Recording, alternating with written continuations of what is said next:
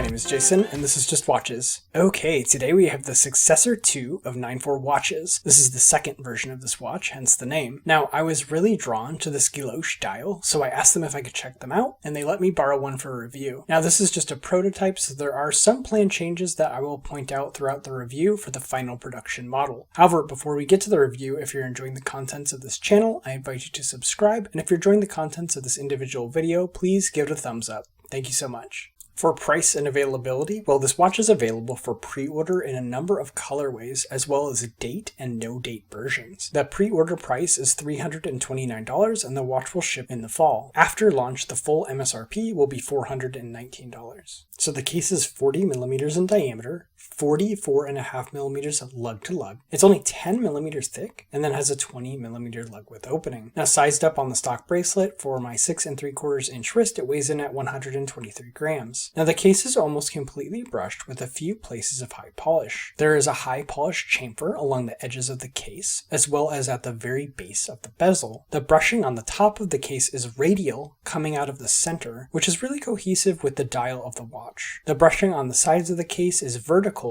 and is very consistent with the brushing on the bracelet. The lugs are hooded and the bracelet tucks under the case. The bracelet starts at 20mm at the edge of the case. Now, the articulation across the back of the watch is excellent, and the articulation between the links is decent. This, in combination with the small links, makes the bracelet very comfortable overall. The links are nicely brushed and angular and have a small high polish section on the edge of each of the links. The bracelet tapers down to 18mm before jumping back up to 20mm at the clasp. Now, this clasp is commonly used by micro bands, but I like that they elected to go with the shorter version with only 3 micro positions. With these smaller links, you don't need the full 6 micro position clasp, and the shorter clasp fits the style of the bracelet better overall. The scissor is fully milled. Sizing is accomplished with standard split pins. Now, 9/4 watches indicated that the reason behind this design is that the 20mm lug with opening on the case will accept other strap options, so you get a quasi-integrated look with the option for other straps. I'll show you what this watch looks like on a different strap during the wrist shots. The screw-in caseback helps provide 100 meters of water resistance and features an exhibition window. Now, the downside of a caseback with an exhibition window is that it usually adds thickness to the watch overall. But this watch is already so thin, it's not really relevant here, plus you get to look at the movement. A note here that the final production model will have a decorated rotor. This watch is powered by the Miyota 9039, which I much prefer to the NH35 you usually find in micro brands. This is a 28,800 vibration per hour, hacking, hand-winding movement with a 42-hour power reserve and a stated accuracy of -10 to +30 seconds a day. Also, importantly, this is a dateless version of the movement that they matched with this dateless watch, which is great attention to detail because you don't have to worry about a ghost position.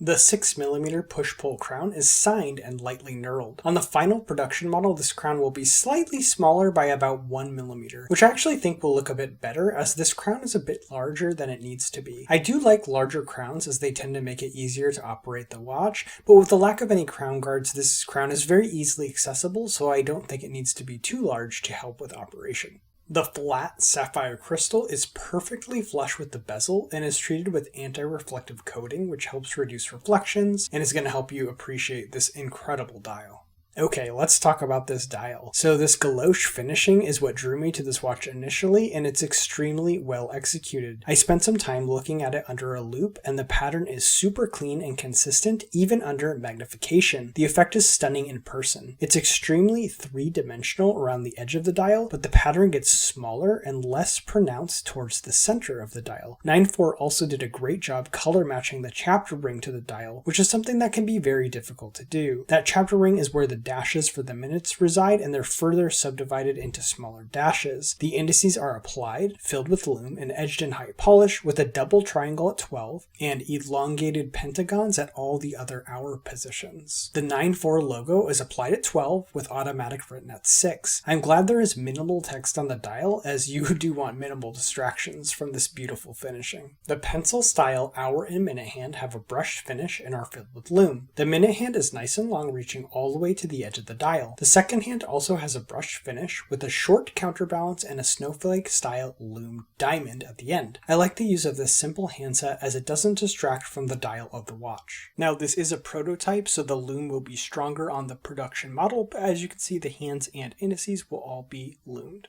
And here you can see why I generally prefer the Miyota 9000 series to the Seiko NHs. I find the accuracy is just better on the Miyotas, and then you do have that smoother sweep. And then with the crown up, we're getting between +2 and +4 seconds a day, so great accuracy on this particular movement. And a trio of wrist shots for you today, just starting with the stock bracelet. You can see that 40mm and that 44.5mm lug to lug. This is going to work great on a large variety of wrist sizes, and then it is very thin. And then just to show you what it looks like on a few straps, here is a silicone Barton Elite. Never mind that the backing is orange. I just picked it because of the size, but you can see it looks pretty cool on a silicone strap here. And finally, here it is on a leather strap. Now, straps like this work. I don't think you'll be able to get it onto like a military style nylon strap, because there's not enough clearance between the spring bars and the back of the case. So pros and cons, starting with the pros. Well, even without this incredible dial, this watch has a very competitive price for the specifications. Getting a Miyota Movement with a sapphire crystal with AR coating all on a bracelet at $329 is great, but when you add in this galoche dial, it really puts it over the top. As for cons, I don't personally like the design of the bracelet. I know the goal was to offer more variety and options with a non-integrated style bracelet, but I think the trade-off is some overall design cohesiveness. I also think the first few links of the bracelet could flare out to fall in line with the lines of the case and still have a 20mm lug width opening to offer that option to switch it out. And then second, the applied logo at 12 is slightly crowding the double triangle indice at 12 to me. I think maybe it should come down a little bit further, closer to the center of the dial. As for comparables, I think it's very difficult to get a galoche dial at this price point. A little research turned up an option from Tissot, and then one from Hamilton in the Viewmatic, and then quite a few watches from the Seiko Presage Sharp Edge series has this style of dial. But these watches range from $200 to $800 more than the Successor 2. So hats off to 94 for putting this incredible dial in such an affordable package. I also love that they're offering this watch in a date and no date option. So there you have it, the Successor 2 from 94 Watches. What do you think about this watch? Leave me a comment in the comment section below. As always, if you're enjoying the contents of this channel, I invite you to subscribe. And if you like the contents of this individual video, please give it a thumbs up. That's all for this time. My name is Jason, and you have been watching Just Watches.